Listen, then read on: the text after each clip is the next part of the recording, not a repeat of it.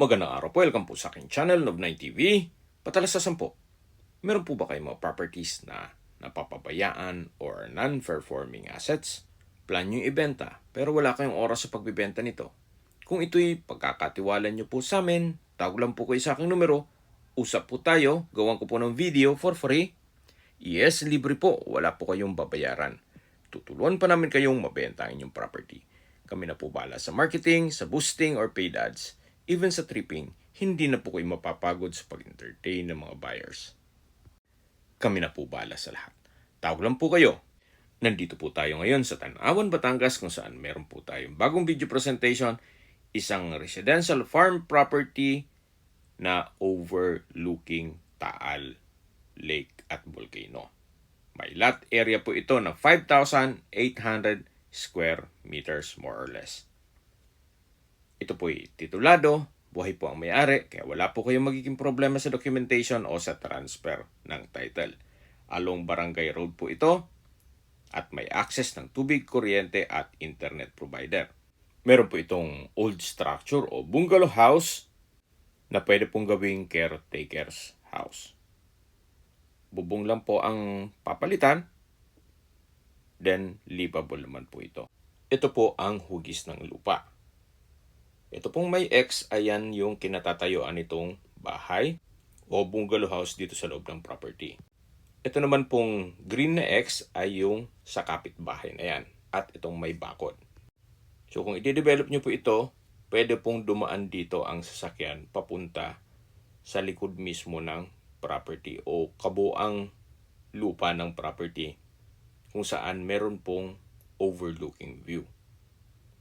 So mula po dito, patag po yan. Then pagdating po dun sa dulo ng may saging, medyo slope na po ang terrain. Then patag po ulit. Napakaganda po nitong lagyan ng building dito sa likod para meron po kayong 180 degrees na overlooking view. Yan po yung tinutukoy ko na bakod nung kapitbahay, kaya wala naman silang access papunta dito sa likod. So meron pong mga tanim na saging dito at ibang fruit-bearing trees gaya ng nyog, mangga, at kung ano-ano pa. Tunghayan niyo po itong napagandang property kung saan ito'y napakatahimik po ng lugar, sariwang hangin, at malamig po ang klima. Yan po yung tinutukoy ko na medyo slope ng konti, then pagbaba nyo po, patag na patag po yan. Ito po yung nasa mataas na lugar. Ang estimated elevation above sea level ay 498.7 feet above sea level. Napakaganda po ng tanawin. Yan po yung Taal Lake at yung Taal Volcano. You might consider this property hindi lang sa ganda nito, kundi sa presyo niya. Mamaya po pag-usapan natin sa dulong parte nitong video. Ito po yung property na napagandang ilaan sa inyong retirement. Gawa ng napakaaliwalas po. Wala po dito, tanaw natin ang Tagaytay. Marami pong entry at exit points dito. Pwede po kayong magtanawan at pwede rin pong Batino exit sa South Luzon Expressway. Habang pinagmamasdan niyo po ang kagandahan nitong property, pag-usapan na natin ang distance, location at travel time. Ito po'y malapit din sa Tagaytay Highlands. Ang distance is 13.5 kilometers at ang travel time is 27 minutes. Kung manggagaling naman po sa Picnic Grove sa Tagaytay, ang distance is 15.1 kilometers at ang travel time is 32 minutes. At mula naman po sa Global Care Medical Center ng Talisay, Batangas, ang distance is 2.2 kilometers at ang travel time is 7 minutes. Yan po yung lagi kong binabanggit sa aking video na dapat nyo i-consider sa paghanap ng property, yung meron pong malapit na hospital. Hindi ko naman po sinasabing sakitin kayo, yan naman po for emergency purpose lang naman. Mula naman po sa Talisay Public Market, ang distance is 6.3 kilometers at ang travel time is 15 minutes. Mula naman po sa Startol, Tanawan Exit, ang distance is 9.5 kilometers at ang travel time is 20 minutes. At mula naman po sa Manila o sa airport, Ang distance is 65.5 kilometers at ang travel time is 1 hour and 21 minutes. Okay, sa presyo na po tayo. Binebenta po ito ni owner sa halagang 2,800 pesos per square meter net. Ibig pong sabihin, si buyer na po ang sasagot sa lahat ng taxes at expenses with regards to documentation. Opinion ko lang po, sa presyo pong 2,800 per square meter na meron pang overlooking view sa Taal at along Barangay Road, medyo magandang presyo na rin po ito.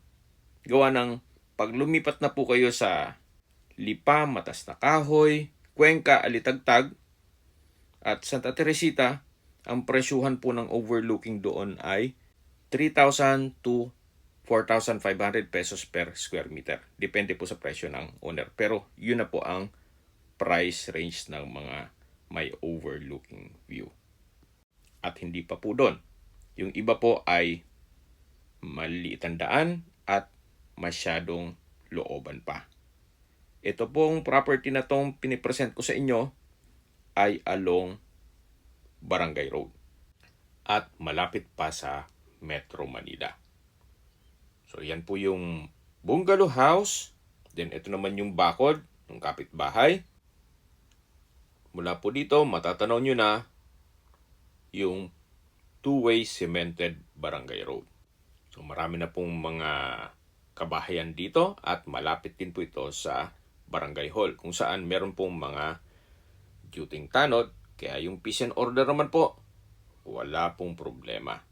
Kung may mga katanungan po kayo or gusto magpaset ng tripping dito sa property to, tawag lang po kayo sa aking numero. At sa mga kababayan naman natin nasa ibang bansa, meron po akong Telegram. Sa mga iPhone user naman may iMessage. Meron din pong Imo, Skype, Viber at WhatsApp.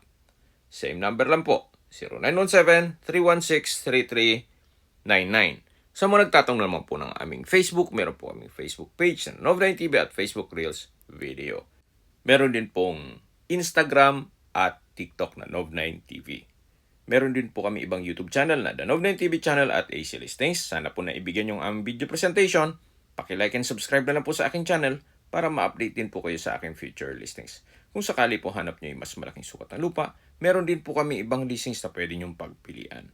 Huwag po kayong mag-atubiling tumawag sa amin, then let us know your budget para malaman namin kung anong property pwede namin i-alok sa inyo. Sa lahat pong viewer, subscriber at nagtiwala po sa amin, salamat po sa suporta. Ingat po kayo lagi at inyong pamilya. Maraming salamat po.